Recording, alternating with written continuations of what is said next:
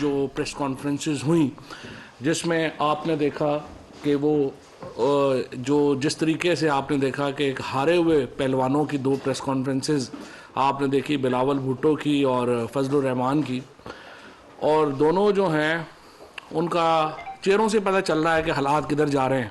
اور ابھی پھر وزیراعظم پاکستان کی جو بیان ہے وہ بھی آپ کے سامنے آیا ہے، جس میں انہوں نے بتایا ہے کہ سیاسی محاذ کے اوپر ہم مکمل اعتماد سے کھڑے ہیں، اور یہی وہ پرائم منسٹر صاحب کا بیان ہے جو کہ حکومت کی پالیسیوں سے بھی جھلک رہا ہے. لیکن آج صبح جو سیاسی کمیٹی کی میٹنگ ہوئی اس میں ہم جس پر سب سے زیادہ کنسرن کا اظہار کیا گیا ہے وہ ایک پوری مہم ہے جو ہم دیکھ رہے ہیں کہ پاکستان کی فوج کے خلاف چلائی جا رہی ہے، اور اس میں بارہا ہم نے یہ تنبیہ بھی کی ہے، بات بھی کی ہے کہ یہ سیاست کو اس طرح سے آپ گندہ نہ کریں. اور یہ سلسلہ پھر شروع ہوا ہے مولانا فضل الرحمان کے کل کے ایک انٹرویو سے، کلپ سے. کل انہوں نے سوال کیا تھا اور جواب کیا تھا، ذرا وہ پہلے دیکھیے. والا ایکسپیریمنٹ تھا، کسی ایک فرد واحد کا ایکسپیریمنٹ نہیں تھا، پیچھے پورا ایک مائنڈ سیٹ تھا. ذمہ داری ایک فرد پر ڈال کر اس مائنڈ سیٹ کو این آر او تو نہیں دیا جا رہا. کیا اس مائنڈ سیٹ سے یہ ایشورنس لی گئی ہے کہ جب کبھی حالات ٹریک پہ واپس آئیں گے تو کوئی نیا ایکسپیریمنٹ نہیں کیا جائے گا؟ ہم سب جمہوری قوت ہیں. جمہوری رویے نہ انتقام کے حوالے سے مرتب ہوتی ہیں، نہ انقلاب کے حوالے سے مرتب ہوتی ہیں. تدریجی اصلاحات کی بنیاد پر ہمیں آگے جانا ہوتا ہے. سب ہمارے مسائل ہیں، ان مسائل کو تدریجی اصلاحات کے ذریعے سے مستحکم جمہوریت تک پہنچانا چاہیں گے. ہم اس ملک میں اپنے اداروں کی اصلاحات کی بھی سوچ رکھتے ہیں. آئین کے اندر تمام اداروں کے دائرہ کار متعین ہیں، اس کی طرف آگے بڑھنا چاہیں گے تاکہ ملک کے اندر کبھی اس قسم کی شکایتیں یا سوالات پیدا ہی نہ ہوں. جو کہ فضل الرحمان اور نواز شریف کا آئیڈیا ہے. اور یہ اصلاحات کیا ہیں کہ یہ ہمیشہ جب بھی انہوں نے سازش کی، ان کو اقتدار ملا، انہوں نے پاکستان کی فوج کو پنجاب پولیس پہ جیسا control Nawaz Sharif and company نے ایکسرسائز کیا، یہ ویسا کنٹرول بنانے کے لیے انہوں نے صحیح کی. اور یہ جو کل کا ان کا بیان ہے اور جو سوال بھی ہے اس کو اگر آپ جوڑ کے دیکھیں تو آپ کو معلوم ہوگا کہ جو ایجنڈا دوبارہ یہ دے رہے ہیں وہ یہ دے رہے ہیں کہ ہم ایک ایسی اصلاحات کا نظام بنانا چاہتے ہیں جس سے ہم فوج کے اوپر بھی ایک سیاسی کنٹرول اپنا جو ہے وہ حاصل کر سکیں. اور اس وقت جو تمام تر خواہشات ہیں ان کی وہ تقریباً اسی طرف آگے جو ہیں وہ بڑھی ہیں. اور یہ سلسلہ نیا نہیں ہے. اس سے پہلے میمو گیٹ کے اوپر آپ نے دیکھا کہ جب میمو گیٹ کا سکینڈل آیا تھا اس سے کیسے پردہ ہٹا تھا، اور میمو گیٹ کا سکینڈل کیا تھا.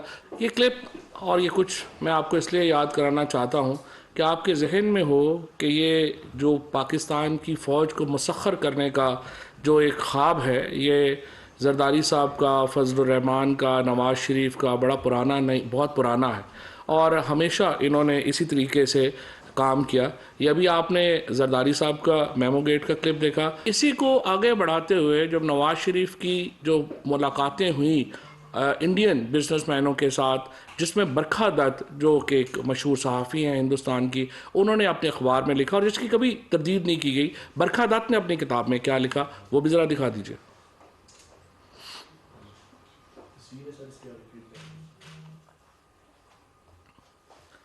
یہ برکھا دت کی کتاب میں جو لکھا گیا ہے وہ اب آپ کے سامنے ہے کہ انہوں نے یہ لکھا کہ مودی ہے انڈینائبل سیکرٹ میٹنگ ان کھٹمنڈو. نواز شریف نے کھٹمنڈو میں گئے اور وہاں پہ انہوں نے ہندوستان کے لوگوں کے ساتھ اور مودی کے ساتھ جو ہے وہ اپنی میٹنگ کی، اور وہ میٹنگ جو تھی وہ کسی طور کے اوپر جو ہے وہ اس کو ظاہر نہیں کیا گیا تھا. اور یہ جو دونوں پرائم منسٹرز کی میٹنگ ہوئی یہ نواز شریف کے کھٹمنڈو دورے میں ہوئی جہاں نریندر مودی کے ساتھ انہوں نے ملاقات کی. اس کے بعد نریندر مودی کو بلایا گیا پاکستان میں اپنی نواسی کی شادی میں، اور وہ کابل سے بغیر ویزے کے پاکستان آ گئے. اور یہ وہی وقت تھا جب نریندر مودی نے یہ بیان دیا کہ پاکستان کے فوج کے آرمی چیف اس وقت جنرل راحیل شریف تھے، ان کو انہوں نے کہا کہ وہ تو ٹیررسٹ ہیں لیکن نواز شریف جو ہیں وہ مسائل کا حل چاہتے ہیں اور وہ بڑے محب وطن ہیں. اور اس کے بعد اسی نریندر مودی کو پاکستان بلایا گیا جنہوں نے پاکستان کی افواج کے اوپر ایک لیتھل حملے کیے پاکستان کی فوج کے اوپر، اور اسی وقت وہ ان کی جو نواسی تھی ان کی شادی میں شرکت کر رہا تھا، اور اس کے بدلے میں نواز شریف نے انڈیا کو کیا آفر کیا وہ ہماری سابقہ جو اسپوکس پرسن ہیں پاکستان کی انہوں نے اپنے انٹرویو میں بتایا۔ یہ ہمارے جو دفتر خارجہ ہے اس کی جو ترجمان ہیں وہ بتا رہی ہیں کہ وزیراعظم ہاؤس سے ہندوستان کے بارے میں ان کو کیا ہدایات دی گئیں، اور یہ ہدایات عین اس وقت دی جا رہی تھیں جب کہ پاکستان کے آرمی چیف کے اوپر نریندر مودی بات کر رہے تھے اور انہیں جو ہے وہ دہشت گردوں کا ساتھی قرار دے رہے تھے، اور نواز شریف کو کہہ رہے تھے کہ وہ مسائل کا حل بتائیں گے۔ اس سازشی گھرانے کی جو سیاست ہے وہ یہیں پہ ختم نہیں ہوئی۔ اس کے بعد نواز شریف نے اپنے مختلف بیانات میں فوج کے اوپر رقیق حملے کیے، یہی رقیق حملے ان کی بیٹی مریم نواز شریف نے بھی جاری رکھے۔ تھوڑا سا زیادہ میں آپ کو نہیں دکھا سکتا کیونکہ انہوں نے جس طریقے کی گفتگو کی وہ بہت ہی نامناسب ہے، تھوڑا سا دیکھ لیجئے کہ ان کی لائن کیا تھی فوج کے بارے میں۔ ابھی حالیہ یہ جو نئی نسل ہے مریم نواز شریف کی اور نواز شریف کی کیا لائن ہے کہ عدم اعتماد کی جو تحریک انہوں نے پیش کی اس کے اندر ایک نقطہ یہ ہے کہ یہ کہہ رہے ہیں کہ پرائم منسٹر نے یورپی یونین کے اوپر تنقید کیوں کی۔ میں نے کل بھی پوچھا تھا کہ یورپی یونین سے آپ کا کیا اتنا قریبی رشتہ ہے کہ آپ کو اتنی زیادہ تکلیف ہوئی ہے۔ پرائم منسٹر نے جو بات کہی تھی وہ تو بالکل سمپل بات تھی۔ انہوں نے کہا کہ یہی لیٹر جو آپ نے ہمیں لکھا ہے آپ نے ہندوستان کو یا کسی اور ملک کو بھی کیا اس بارے میں بات کہی ہے، لیکن آپ دیکھیے کہ حمزہ شہباز جو ہیں وہ اس کے اوپر کیا بات کر رہے ہیں، اور اب سے کچھ دیر پہلے فضل الرحمان نے بھی یہی بات کی، وہ آپ سن چکے ہیں۔ حمزہ شہباز نے آج کیا بات کی وہ بھی آپ سن لیجیے۔ تشویش کی بات یہ ہے کہ عمران نیازی اپنی حرکات اور سکنات کی وجہ سے آج سیکیورٹی معاملات پر غیر ذمہ دارانہ گفتگو کرتا ہے۔ پہلے تو اپوزیشن کو للکارتا تھا، کبھی امریکہ کو کہتا ہے ایبسولوٹلی ناٹ۔ مجھے بتائیں یہ کون سی ڈپلومیسی ہے؟ یورپین یونین کو بھرے جلسے میں رکیتا ہے، لتاڑتا ہے، یہ کون سی فورن پالیسی ہے؟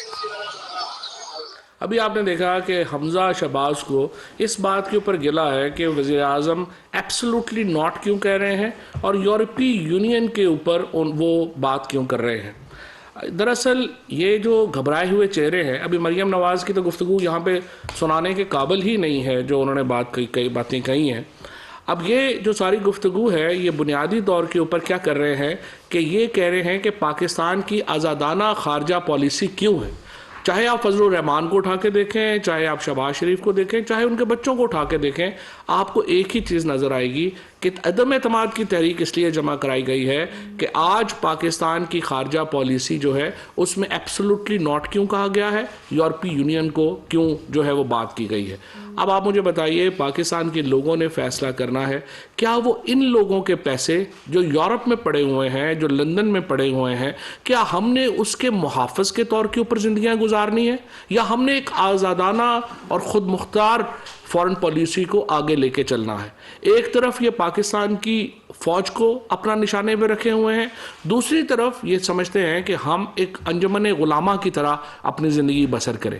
الحمدللہ اس وقت پاکستان میں ایک مکمل اتحاد اور یگانگت ہے۔ تمام ادارے جو ہیں ان کی طرف سے یا تمام جو پاکستان کی حکومت ہے ان کی طرف سے عوام کو یہ یقین دہانی ہم کرا چکے ہیں کہ پاکستان کی خارجہ پالیسی آزادانہ ہوگی، خود مختاری پر مبنی ہوگی اور ہمارے مفاد میں ہوگی، اور ہمارا مفاد میں یہ مفاد بھی شامل ہے کہ ہم ویسٹرن ممالک کا جو بلاک ہے، چاہے وہ امریکہ ہے یا یورپی یونین ہے، ہم ان سے اچھے تعلقات کے حامی ہیں۔ ہم امریکہ سے اچھے تعلقات کے حامی ہیں، ہم یورپی یونین سے اچھے تعلقات کے حامی ہیں، لیکن اس کا ہرگز مطلب یہ نہیں ہے کہ ہم اپنی خود مختاری کو ان کے خواہشوں کے غلام بنا دیں۔ ہم نے اپنی فارن پالیسی اپنے جو مفادات ہیں اس کے تابع رکھنی ہے. اور دوسرے لوگ جو ہمیں کہتے ہیں کہ نہیں ہماری تو تجارت ساری جو ہے وہ یورپ کے ساتھ ہے, یہ بالکل درست بات ہے, لیکن ہماری تجارت ان کے ساتھ ہے. ہماری اپنی غیرت کے نام کو بیچ کے تو ہم تجارت نہیں کر رہے. تجارت کی ان کو بھی ضرورت ہے, ہمیں بھی ضرورت ہے. تجارتی تعلقات ایک دوسرے کے مفاد کے اوپر مبنی ہوتے ہیں, لیکن جہاں پہ ہمیں یہ کہا جائے کہ ہم اپنی عزت نفس ختم کر دیں, ہم ایک غلام بن جائیں, ہم اپنے کسی مفاد کو سامنے نہ رکھیں اور ایک ایسی جو ہے وہ لیڈرشپ کا رول ادا کرنا شروع کر دیں کہ جس کے پاس عزت نفس ہی نہ ہو. اگر لیڈرشپ کے پاس عزت نفس نہیں ہوگی تو عام آدمی کے پاس کیسے جو ہے وہ عزت نفس ہوگی. لہٰذا آج پورا پاکستان, وزیر اعظم پاکستان کے پیچھے کھڑا ہے اور ہم انشاءاللہ اسی آزادانہ خارجہ پالیسی کو آگے لے کر چلیں گے. اور جہاں تک فضل الرحمان صاحب کا اور بلاول بھٹو صاحب کا, تو خیر اسلام آباد والے تو شکریہ ادا کر رہے ہیں. کتنے لانگ مارچ جو ہیں وہ اتنی ہنسی پہ ختم ہوتے ہیں جتنا پیپلز پارٹی کا لانگ مارچ ختم ہوا. اتنا ہنسی خوشی اور اتنا جو ہے کہکوں سے بھرپور لانگ مارچ جو انہوں نے ختم کیا, اس کے اوپر ہم ان سے شکریہ ادا کرتے ہیں.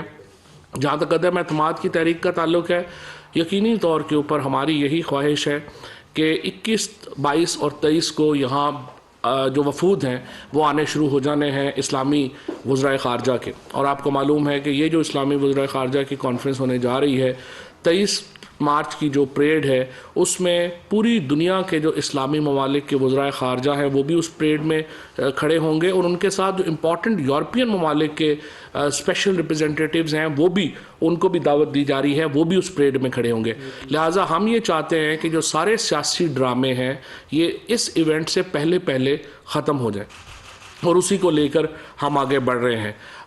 جس طرح آج وزیر اعظم صاحب نے اپنے بیان میں کہا, ہم اس محاذ کے اوپر پر اعتماد ہیں. اس کے اوپر جو اس وقت کی جو قانونی پوزیشن ہے وہ بھی بڑی واضح ہے.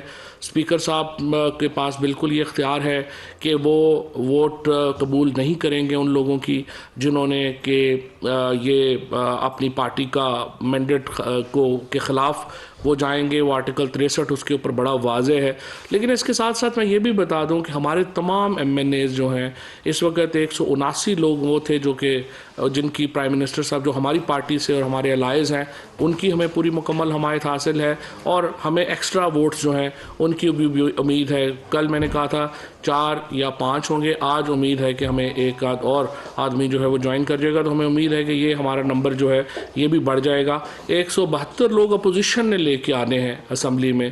ہم نے ظاہر ہے کہ لوگ اپنے جو ہیں وہ اسمبلی میں لے کر نہیں آنے ہیں, اور ہماری کوشش یہی ہوگی کہ یہ مسئلہ جلد از جلد جو ہے وہ ختم ہو سکے. سر یہ بتائیے گا کہ ابھی آپ نے کہا کہ OIC کا جو اجلاس ہے اس کے لیے مہمان بھی آئیں گے, اور آپ نے دعوت ناموں کا بھی ذکر کیا کہ بڑے مہمانوں کو وہ بلایا جا رہا ہے. آپ نے کہا کہ اس سے پہلے یہ حل ہو جانا چاہیے, تو کیا حکومت یہ فیصلہ کر چکی ہے کہ وہ اجلاس اسی آنے والے ہفتے میں بلا لے گی؟ کوئی حوالے سے فیصلہ ہم نے تو نہیں کرنا, یہ تو اسپیکر صاحب نے کرنا ہے. ہم تو جو اپنی مدعا ہے یہ بتائیے گا کہ آرٹیکل 63A کی بات ہو رہی ہے کل سے بہت زیادہ, اور یہ ڈیبیٹ آ رہی ہے اپوزیشن کی طرف سے کہ جب ایک جرم جب ووٹ ڈال دیا جائے گا اس کے بعد وہ امپلیمنٹ ہوگا اور اس کے بعد پروسیس ہوگا, تو کیا وہ کاؤنٹ ہوگا یا وہ پروسیس ہی رک جائے گا سارا؟ جو اپیرنٹلی جو ریڈ ہے آرٹیکل 63(1)A اس کے تحت تو اسپیکر کو یہ جو ڈکلیریشن کا اختیار ہے کہ ایک آدمی اس نے فلور کراس کیا یا نہیں کیا, یہ اختیار جو ہے یہ لیڈر آف دی پارٹی کا ہے.